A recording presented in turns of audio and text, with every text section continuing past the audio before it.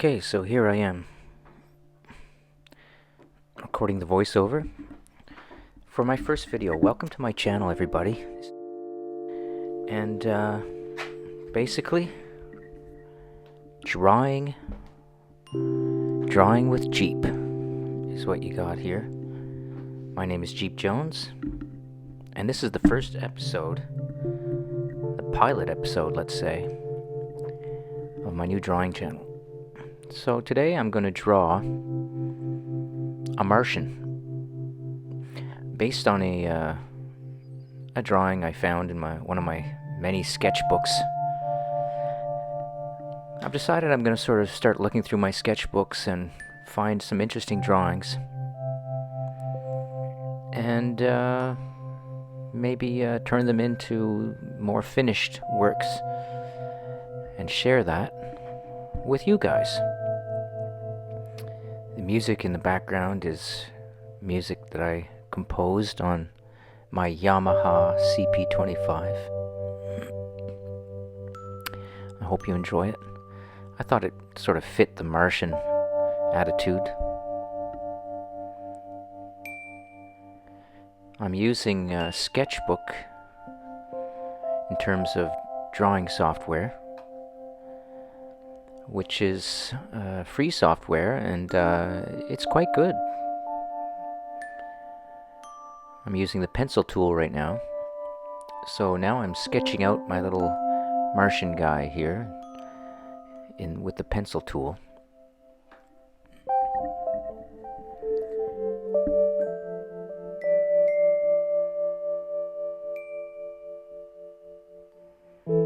I've been wondering what to talk about while I'm drawing.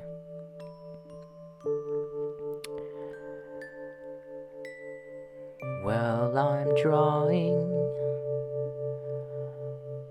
I thought maybe I could be the singing artist, sing along with the music. Sing along with the music while I draw.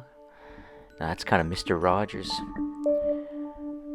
Or, of course, it's always tempting to just be Bob Ross here. And just Bob Ross away. But I thought it would be interesting to talk about some various subjects while we just watch the sketching, while we watch it unfold. Now, I will remind everyone here that, or note that this video is at, probably double speed. So I don't actually go this fast. I've got it sped up so that what was a 42-minute video or a 52-minute video now takes 26 minutes.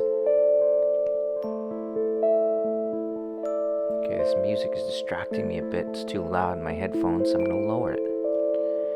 See, with this show, with the Crazy Man Show, Drawing with Jeep, still not sure what to call the show, but you get complete transparency here, folks. So right now I'm actually in my iTunes looking for the main volume, and here it is. There we go. Okay, it's far less distracting. So I thought for my first video maybe I'd just give a few shout outs to some YouTubers who've inspired me and who I think of when I'm doing my own videos here. First of all, I think the first guy that comes to mind is Marty from Marty's Matchbox Makeovers. Now, there's a guy that I highly recommend his channel. He does makeovers of, matchbox cars, little dinky cars. Usually vintage cars from the 40s, 50s, 60s. And they're usually in pretty bad shape. And Marty who I believe is from Australia, Marty will restore them as well as he can to their original condition. And he does a great job. And he's funny. And he's got a great way of speaking to the audience. And very calming. If you want something zen and fun to watch, check out Marty's Matchbox Makeovers. Here I'm drawing a little helmet on the guy. I realize that if he's going to be on the planet Mars here, he should have some kind of helmet. My original sketch, he didn't have a helmet. But you know, I wasn't thinking of the Martians' well-being when I originally did the sketch.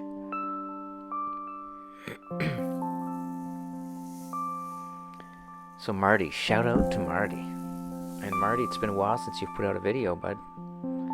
Now, today we are November, actually we are December 1st, ladies and gentlemen. So as of this date, Marty, I'm expecting another video soon.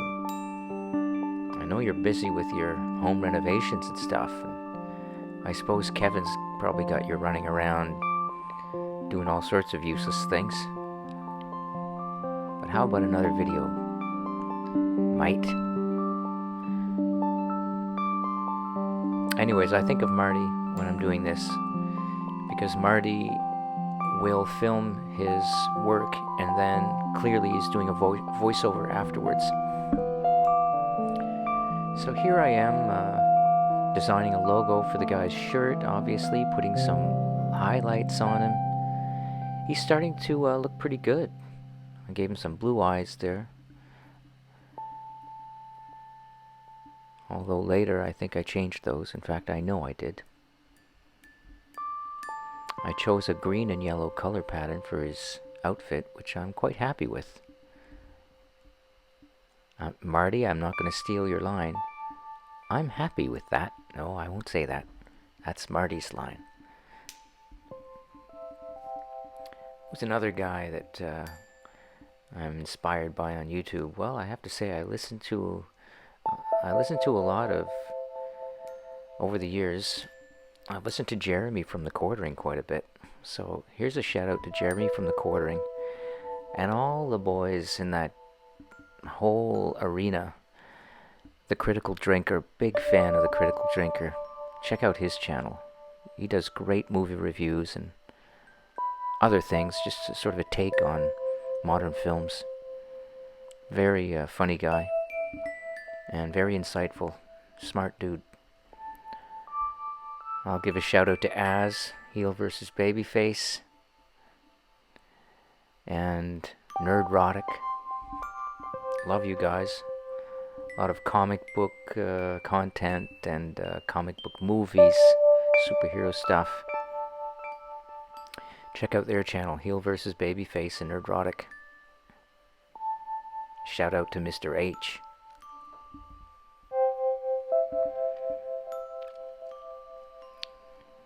I'm a big fan of Russell Brand as well. I love his channel. He's quite hilarious and, you know, he's got an interesting take on things. I'm not a person that likes, I'm a person who likes to explore different narratives, different ways of seeing the world. I love a good conspiracy theory video, I'll tell you. Conspiracy theories are, you know, they're great. I think they're one of the greatest things out there right now. They are the modern science fiction. And conspiracy theories are a lot like science fiction. If you're into sci-fi, you'll know that when you go to the secondhand bookstore looking for science fiction, 90% of it is garbage. But that 10% of gold is some of the best stuff out there. Talking Frank Herbert, Arthur C. Clarke, the classics, John Wyndham, Isaac Asimov, Stanislaw Lem. These are some of my favorite writers. But conspiracy theory is the same way. You've got to sift through the stuff to get to the gold, you know. But there's some real gold out there. I mean, when I heard that there were people that were seriously believing that the earth was flat, come on, how can you not go and check that out? I had to check it out. I probably watched or listened to 100 hours of people talking about flat earth theories now because it's fascinating. It stimulates the mind. It's yoga for the mind, people. You don't have to believe it, but it's interesting to contemplate it. You make your own decisions. You use discernment. You use your intuition. And you got a bullshit detector, haven't you? Well, it's very good. The bullshit detector is a muscle, and it needs to be exercised in life. And listening to conspiracy theories is a great way to exercise that muscle. Here I'm trying different colors of capes here. Tried yellow, not so good. Red, yeah. But purple, I like that, purple. You'll notice that purple and green tends to be a color combination that they give to bad guys. Look at all the bad guys in the comics. Look at how many purple and green outfits there are. Now I see my guy here as a good guy, and I'm going against the grain by giving him a purple and green outfit. You could even have a conspiracy theory that there is some kind of conspiracy to make purple and green to associate those colors with evil. I mean, what's going on here? What would Alex Jones have to say about that? Or David Icke? Yeah, I love listening to conspiracy theories. I feel like it really stimulates the imagination. And you have to think, you know, if we were alive 1,000 years ago, 2,000 years ago, and some guy came up and said, hey, the earth is round, people would have laughed him out of town. But now we're looking at things and we're all agreeing that the earth is round. So maybe now the guy who says it's flat, maybe in 1,000 years, we'll all understand that it actually was flat. Or maybe it's pyramid shaped for all we know, or a spaghetti. Look at string theory and all that. I mean, look at the simulation theory. The idea that we're living in a giant video game is gaining more and more traction. So maybe the earth isn't round or flat or anything. It's just zeros and ones. It's information. It's digital. It's all a hologram. Who knows? One thing we know for certain, as Don Juan always said in the Carlos Castaneda books, this is an unfathomable universe that we live in. And we can never hope to figure it out. It's complete arrogance to think we know what's going on here. I always try to picture an ant. Imagine a group of ants. They come upon a laptop, a MacBook, let's say. And the politician ants are calling the scientist ants over to try and figure out what is this thing, what is this mysterious object. Although the politician ants would probably talk to the military ants first, and then they would just keep it a secret from all the other ants for decades. But let's just say in a healthier society, the king ant calls the scientist ants. Well, in a healthy society, there wouldn't even be a king ant. There'd be no kings, nobody ruling over everybody else. There'd be leaders, of course, but not rulers. Rulers can, in the words of Elon Musk, go bleep themselves. But yeah, so the ant scientists are examining this thing and going, well, we think we know what it is. But do you ever think an ant, I don't care how smart the ant is, I don't care if he's the greatest scientist ant that's ever existed. There's no way an ant is ever going to understand what a laptop is, what it's used for, and how to make one. And we are kind of like those ants when faced with this unfathomable universe. We're like ants before a laptop. There's no way. There is just no way we can really understand it. There's no way the ant's gonna go, well, I think this laptop was created by these giants walking around. Let's call them humans. How can an ant even understand what a human is? It's just an ant. I doubt it has much intellect at all. But they are alive, and they do have their own form of intelligence and their own way of behaving with their world and interacting with it. But there's no way they're ever going to figure out a laptop. And I would say there's more chance of an ant figuring out a laptop than a human being understanding the nature of the universe. So forget it. So if someone tells me they think the earth is flat, and they've got some good reason to believe so, I'm curious. I want to hear the arguments. This is fascinating. I find it very bizarre, these people who don't want to hear this stuff. It's like they're afraid of any kind of different types of thoughts. I mean, the craziest conspiracy could lead to trigger some idea, right, that could lead to a breakthrough. It's really important to listen to all sorts of different viewpoints. That's how our brains grow, for God's sake. Not by shutting everything off that we fear, I suppose. So here we are. The Martian here is doing pretty good. Looks like I've got the character down, and now and the UFO.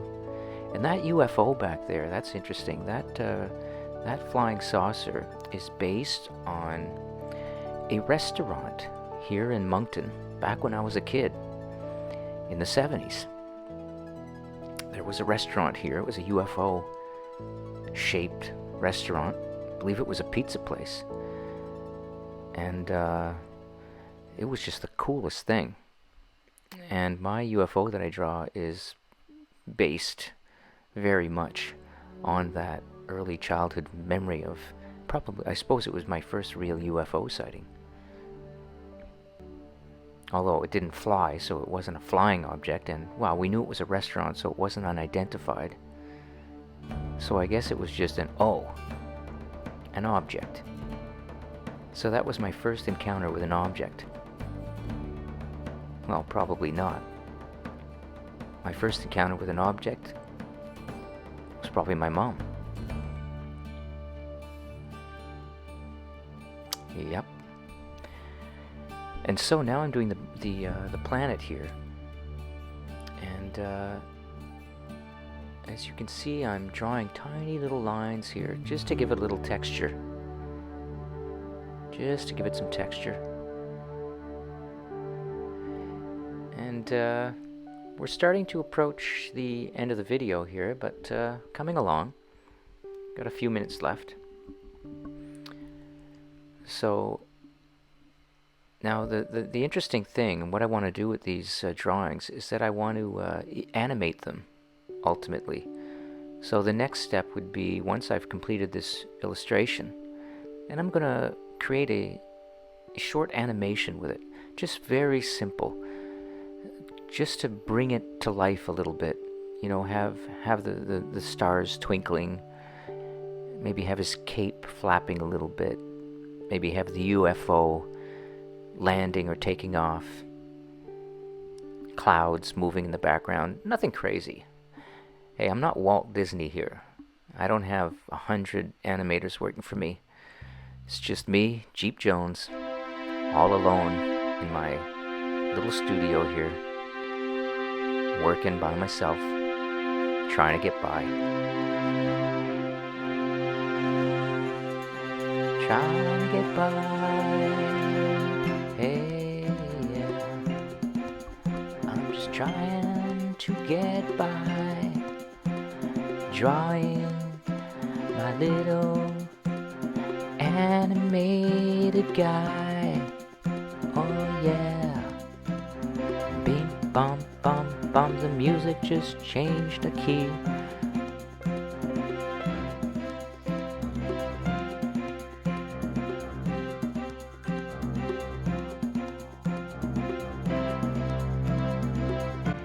They're adding some darker colors here just to give a little more depth and excitement to the background.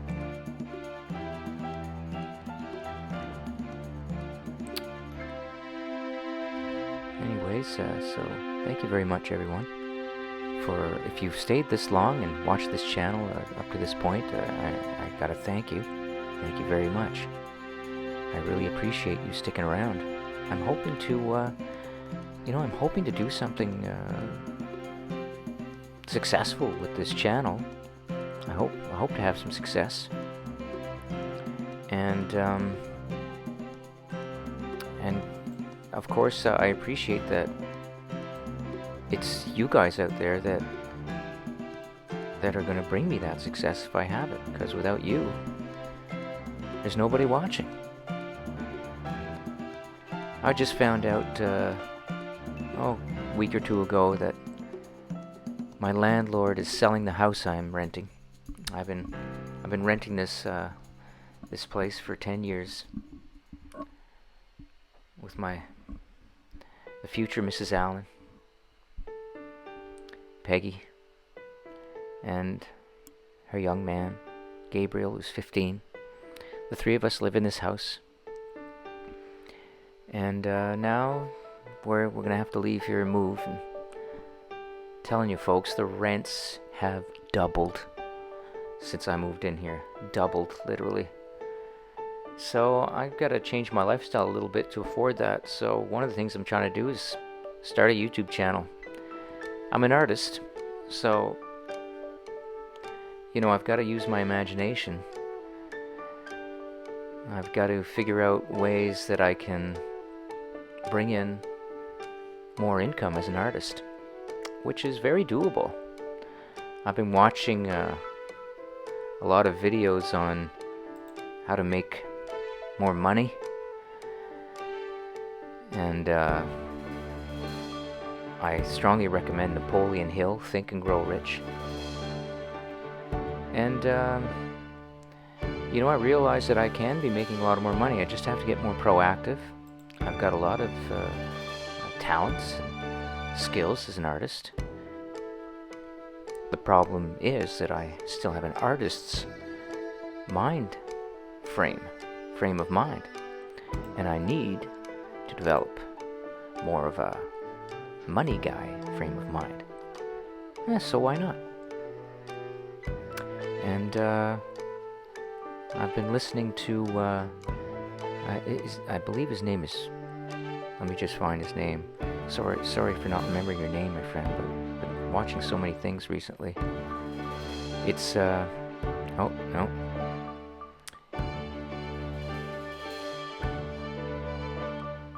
Where's this guy? I think his name is Matt. He has these very interesting videos on, how to make millions of dollars. Now, do I expect that I'm going to make millions of dollars overnight from watching these? No, but I'm trying to rewire my brain into thinking more in terms of bringing money in.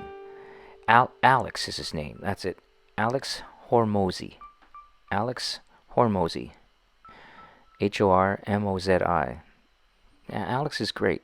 He's got some really interesting videos out there, really helping people to bring money into their lives. So, hey, it can't hurt, eh? Can't hurt to listen to these things for a while. I've listened to a lot of his videos now. And one of the things he inspired me to do was start a YouTube channel. And stick to it. Stick to it is the key, folks. You gotta stick to things. You might find that after 3 or 4 months of doing your YouTube channel, you've only got 20 subscribers, 40 viewers. Don't give up. You gotta give it some years to build. So stick to it, folks. I'm gonna give a shout out to The Real A Dog. right now. Love your videos, bud. Love them. Shout out to Canadian Stud Muffin. Shout out to Andrew Dixon. John Heaton. These are the last three I mentioned are guys I listen to that do music channels, particularly Beatles focused. And let's also mention Matt from Pop Goes the 60s. And let's also mention Michael Nolan, the man. Subscribe to the tribe. Check out their channels, folks. Really, I'm all about sending you to other people's channels. We got Rick Shields out there, Golf Channel, one of the best golf channels out there. Of course, Bob Does Sports. Shout out to Bob Does Sports.